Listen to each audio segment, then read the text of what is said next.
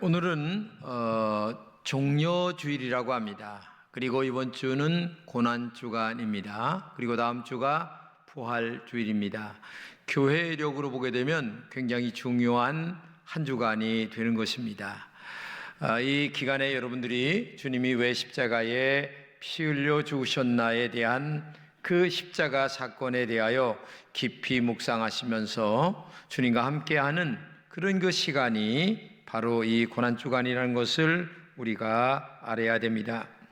이 작년에 한거리 유람선 사건으로 우리나라 사람이 25명이 죽은 사건이 있었죠. 근데 그 한거리에 그 엘리자베스 공주가 있었습니다. 언제냐면 1200년경 초인데 이 공주가 굉장히 믿음이 좋아서 하나님 앞에 마음으로 간절하게 기도를 드렸습니다. 뭐냐면, 하나님, 정말 예수님께서 그 십자가에 당한 고난을 한번 보았으면 합니다 라고 하는 그 기도를 항상 이렇게 드리고 있었는데, 어느 날 예수님께서 그에게 환상적으로 나타나셔서 이런 말씀을 하셨다고 그래요. 그때 나를 둘러싼 로마 군인이 150명이었다. 그리고 나를 끌고 간 군인은 23명이었다. 나는 주먹으로 150번을 맞았고 180번 발길질을 당했다. 내가 머리채를 개처럼 잡혀 끌려다녔다.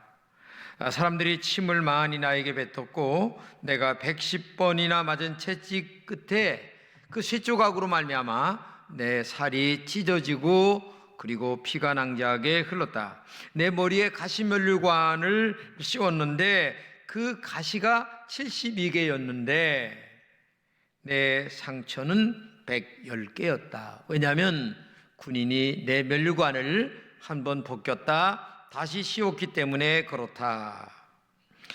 당시 채찍으로 로마 군인들이 나를 때렸는데 그 로마 군인들이 정말 노예 그 군인들이었다.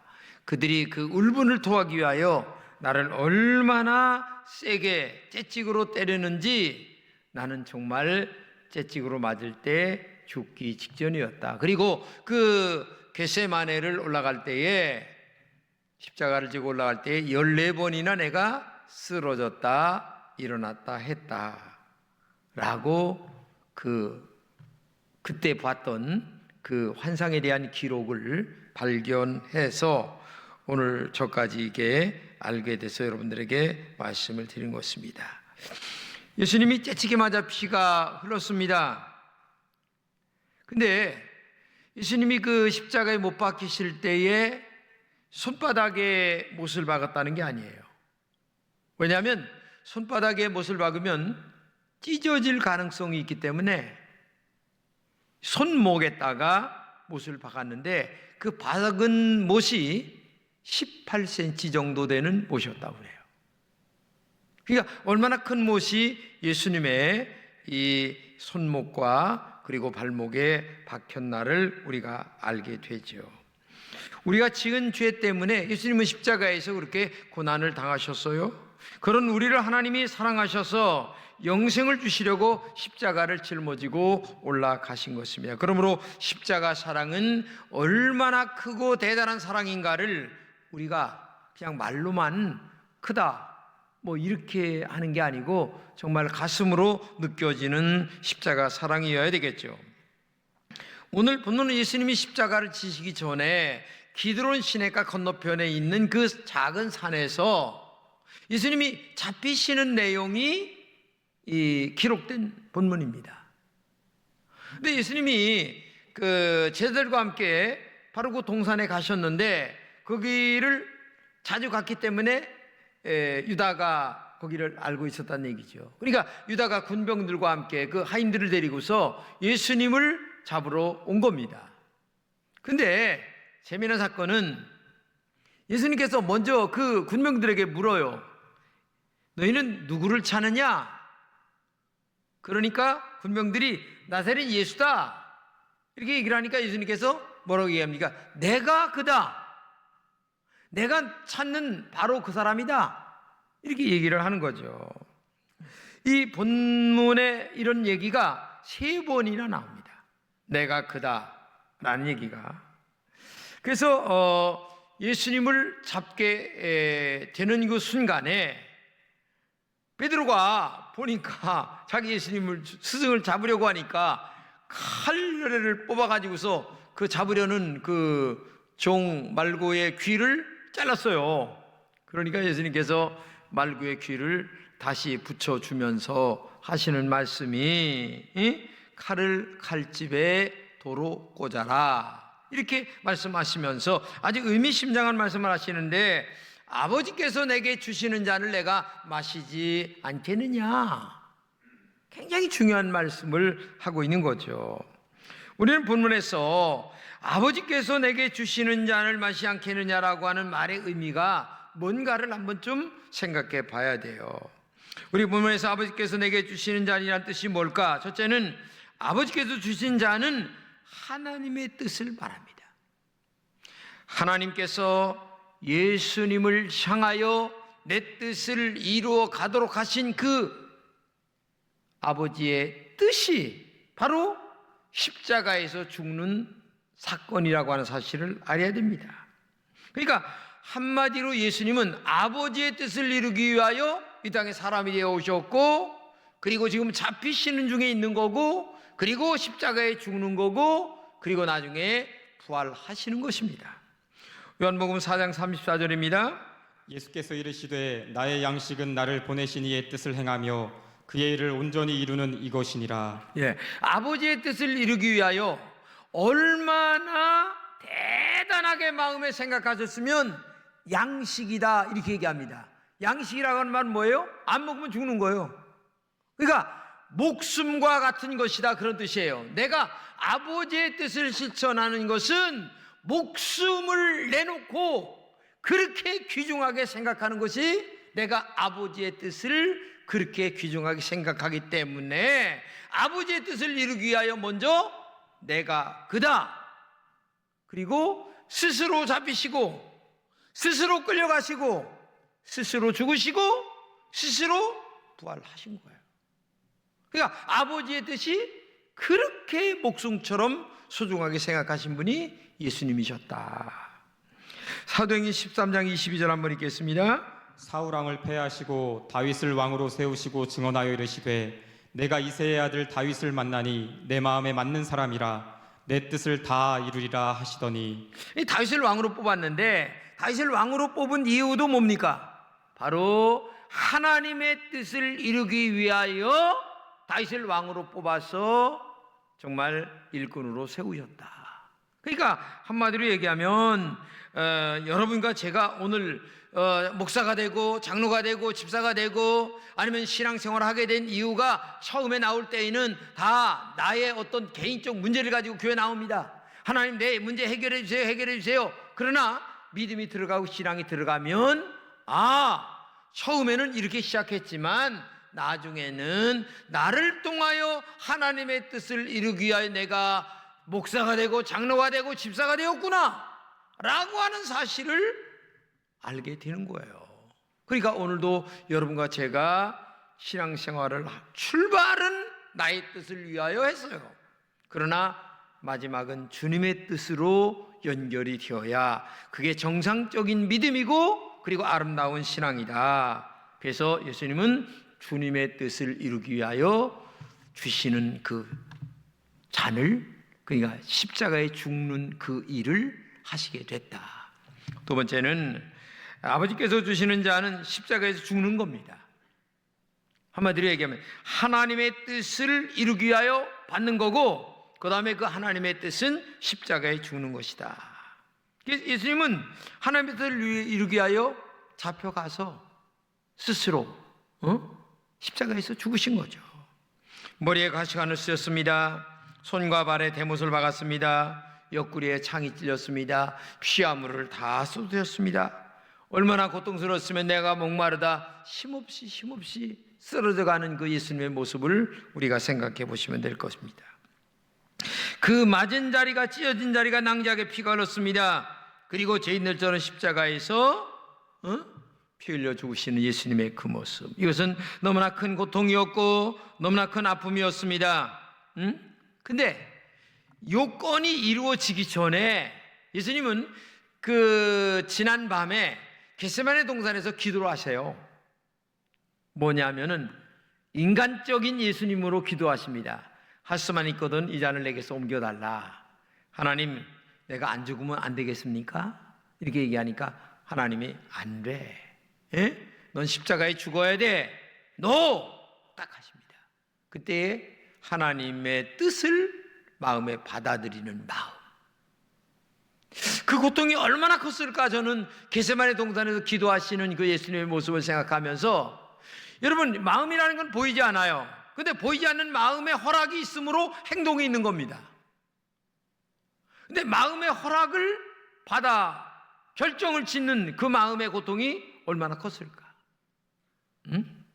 여러분, 그 예배당에 나올 때 내가 예배당에 나가 뭐 더 큰 어려움이 있지 않을까라고 하는 생각 때문에 안 나오시는 분들이 많죠. 근데 나 예배당에 나가 예배 드려야 돼.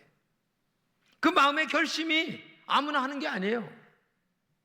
예수님이 정말 십자가를 지겠다고 하는 그 마음의 결심을 하는 그 마음이 얼마나 중요한가를 우리가 알아야 되겠죠. 그러므로 오늘 여러분과 저에게도 이런 신앙의 결단이 있어야 됩니다. 주님이 주시는 잔을 마시기 위하여 내가 할 것이 뭔가, 이런 결단이 우리에게 있어야 됩니다. 마음의 각오와 결심이 없이 아무 의미도 없이 종교인 마냥 교회를 왔다 갔다 하는 사람은 10년 100년을 다녀도 그의 삶에서 아무런 결과를 찾아올 수가 없어요. 종교인이죠. 그냥 교회를 마음에 왔다 갔다 하는 그런 사람뿐이 될 뿐이에요. 한국에 그런 사람들 때문에 여러 가지 문제가 많이 있겠지만은 어차피 사람은 한 번 죽는 겁니다. 조금 일찍 죽거나 늦게 죽거나 마찬가지입니다. 역사의 위대한 인물들처럼 대단하게 그렇게 죽을 수는 없어도 우리가 정말 내가 어차피 죽을 바에는 믿음 지키다가 내가 한번 죽어야 되겠다고 하는 신앙의 마음의 결단이 있어야죠. 그죠? 종교인이 되어서 아무 뜻도 없이 왔다 갔다 하다가 그저 그냥 목숨이나 부지하다가, 여러분, 참 요새 오래 사는 것이 축복이라고 하지만 어떤 면으로 보게 되면 오래 사는 것이 고통일 수도 있어요. 양로원에서 요양원에서 그저 목숨만 부지하고 사시는 분들 보면 너무나 마음이 아플 때도 있습니다. 우리는 그렇게 살지는 말아야 됩니다. 정말 건강하게 그리고 적당하게 하나님이 부르시는 그날까지 정말 믿음으로 살다가 하나님 앞에 갈 수 있는 여러분 되시기를 바랍니다. 그것이 그 동안에 나를 통하여 주님의 뜻이 이루어지는 그런 삶을 살아가라고 말이에요. 그냥 밥만 먹고 시간만 보내는 그런 삶이 아니라. 그래서 언제나 우리는 그런 것들이 필요하고, 그러면 저는 깊이 생각해 봤어요. 오늘 내게 주어진 하나님의 뜻은 뭐냐? 여러 가지가 많이 있어요. 근데 오늘 이 코로나19라고 하는 이 시대에 나에게 주어진 뜻은 뭘까? 그것은 철저하게 사명감으로 사는 것이다. 그럼 사명감으로 사는 것은 뭐냐? 나에게 주어진 신앙적 의무와 책임을 완수하며 살아가는 것이다. 그러면 오늘 이 시간에 우리에게 주어진 신앙적 의무와 책임감은 뭐냐? 여러 가지가 많이 있죠. 그 중에 가장 중요한 것이 예배입니다. 그래서 나는 오늘 여러분들이 참 힘든 그 결정을 하고 예배당에 나와 예배를 드리고 있습니다. 그리고 가정에서 지금 예배를 드리는 분들도 있습니다. 그러나 나는 정말 가정에서 예배를 드리는 게 나쁘다는 게 아닙니다. 중요한 것은 가정에서 예배를 드려도 교회에서 예배를 드리는 것 마냥 마음의 준비와 외적인 옷의 준비와 하나님 앞에 드리는 예물과 그 다음에 정신적 자세와 이 생활의 태도가 교회에서 예배 드리는 정신으로 똑같이 예배를 드려야 되지 않을까. 아까 광고 시간에 얘기한 것 마냥 속옷바람으로 둘러넣어서 하나님 앞에 예배 드렸다고 하는 그런 모습은 아니다. 그것이 진정 오늘 우리가 이 시간에 주님의 십자가를 지는 모습으로 예배 장소에 나오지 못한다 할지라도 어디에 있든지 그런 정신과 마음으로 하나님 앞에 예배를 드릴 때에 그게 진정한 오늘의 사명감이 아니냐, 오늘의 십자가를 지는 정신이 아니냐 하는 생각을 우리가 해보게 된다는 거죠. 우리 신앙 가운데 선배이신 주기철 목사님 아십니다. 이분은 47살에 일본 사람들 때문에 감옥에서 지내다가 마지막 순교를 하십니다. 그런데 이분이 남기신 유명한 마지막 설교 가운데 일사각오라고 하는 말이 있습니다. 나는 신사참배를 하지 않는다. 그래서 일사각오다. 일사각오는 뭐냐? 죽고자 하는 마음으로 내 신앙을 지키겠다라는 말이에요. 주기철 목사님은 일사각오라고 하는 마음 중심으로 믿음의 본질이 무엇인가를 우리에게 역설해 주셨습니다. 주기철 목사님은 일본의 칼날이 나를 기다리고 있다 할지라도 내가 그 칼날을 향해서 나는 나아갑니다. 내 앞에는 오직 일사각오의 길만 있을 뿐입니다 라고 말했습니다. 그리고 순교의 피를 그분은 남기셨습니다. 그가 보여준 정의와 신념, 그리고 비폭력 신앙, 이것이 오늘 우리에게 남겨진 선배 목사님의 귀중한 삶의 모습이었습니다. 그러므로 오늘도 여러분과 제가 일사각오라고 하는 신앙으로 말미암아 우리의 믿음을 오늘 지켜나가야 됩니다. 아무리 우리를 그리스도의 사랑에서 끊을 수 없기 때문에 정말 믿음으로 지켜나가야 되는 거예요. 제가 지금 2부 예배를 드리고 제 방에 가서 우리 총회장 목사님의 목회 서신을 읽었습니다. 그 목회 서신 속에는 총회장 목사님의 아주 각오와 결심이 있었어요. 어떠한 교회 때문에, 신천지 때문에 똑같이 매도하는 그런 일들은 있을 수 없다.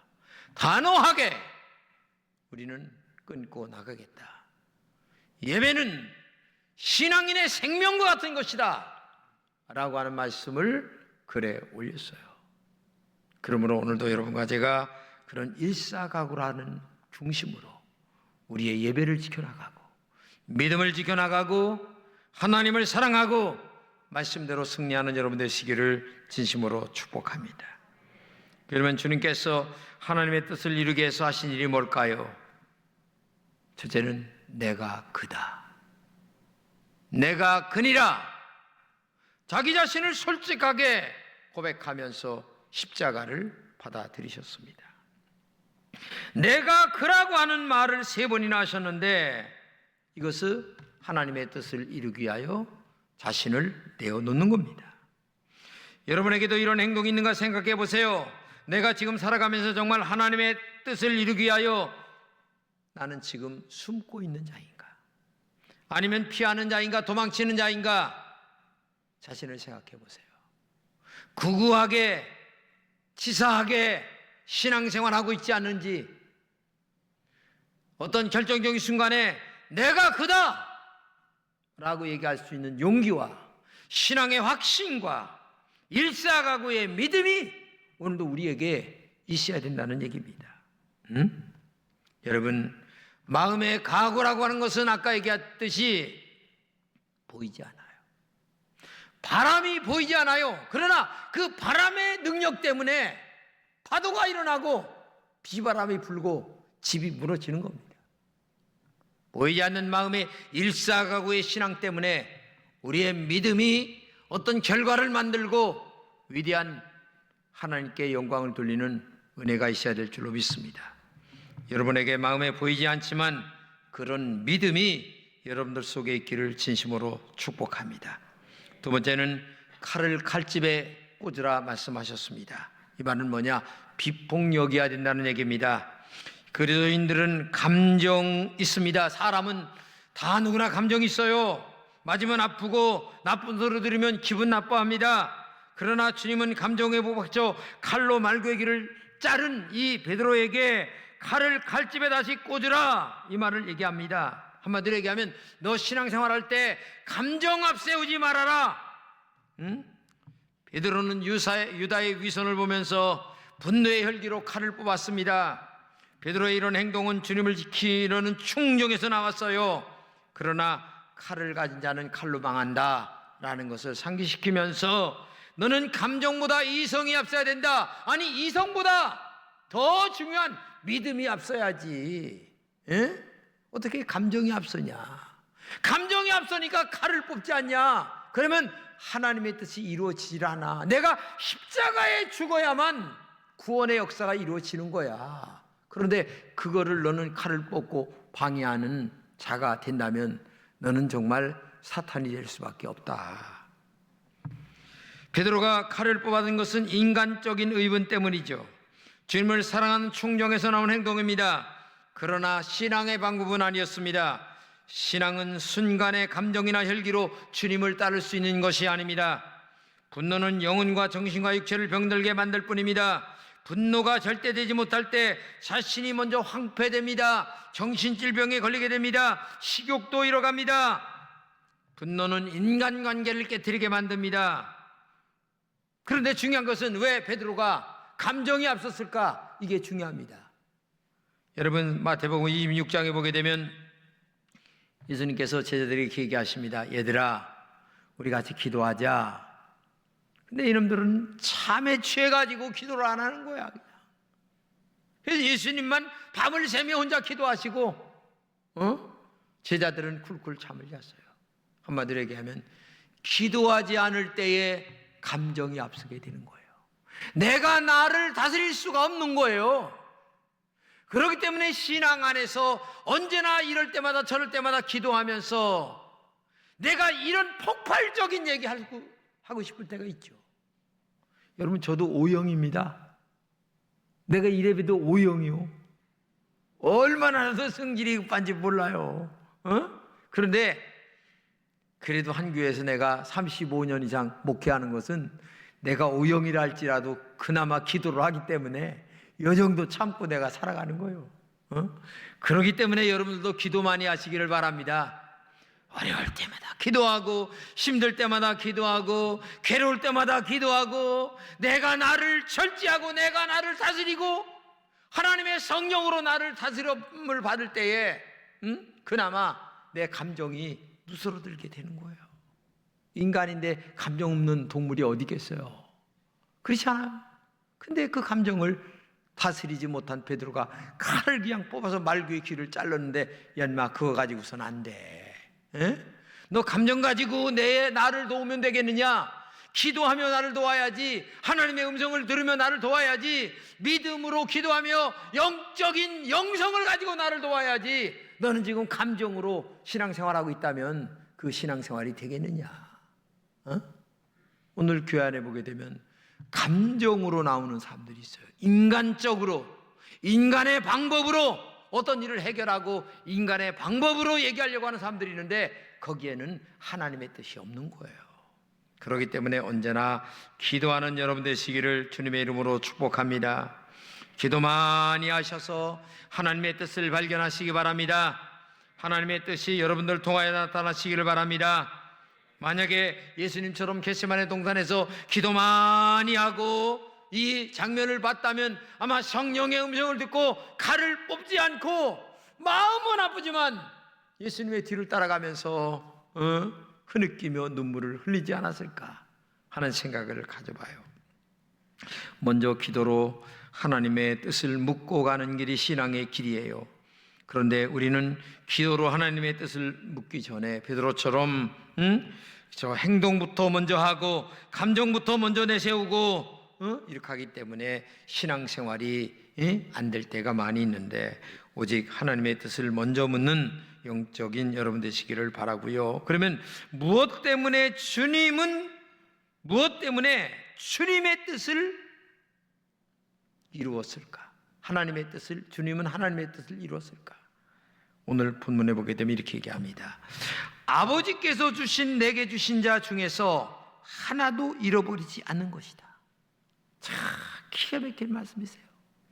예수님이 그렇게 십자가를 지고 골고다로 올라가시고 그 많은 고난을 당하신 그 이유는 딱 하나, 아버지께서 내게 주신 자 중에 하나도 잃어버리지 않기 위하여.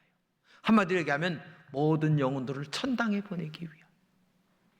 이것 때문에 십자가를 지었다는 겁니다. 그 교회의 본질은 딱 하나예요. 아버지의 뜻을 이루는 것. 그건 뭐냐? 영혼 건지는 것. 많은 영혼을 천당 보내는 것. 교회는 그걸 해야 되는 거예요. 근데 지금 코로나19 때문에 올해 저는 많은 기대감을 갖고 저 어떻게 많이 전도하려고 했었는데 이게 안 되다 보니까 마음이 너무나 아프고 슬프고 괴롭지만 현실은 또 이러니까 계속해서 기도하면서 우리가 이 코로나19를 잘 이기면서 여러분 정말 믿음으로 승리할 수 있기를 축복합니다. 그러므로 내가 먼저 구원받은 거 감사하세요. 천당 가게 된 거 감사하세요. 그러면서 또 다른 영혼에 대한 애타는 마음을 가져야 됩니다. 이게 믿음이고 신앙 아니겠습니까? 그게 본질이에요. 예수님이 죽으신 이유가 내게 주신 자 중에 하나도 잃어버리지 않기 위하여 이렇게 말씀하고 있잖아요. 그렇기 때문에 오늘도 주님의 뜻을 이루어드리는 여러분 되시기를 바랍니다. 우리 금천교회가 될 수 있기를 바랍니다. 그래서 오직 우리는 주님의 뜻만을 이루어두기 위하여 나의 감정을 내려놓는 하나님의 진실한 종들이 되시기를 진심으로 축복합니다.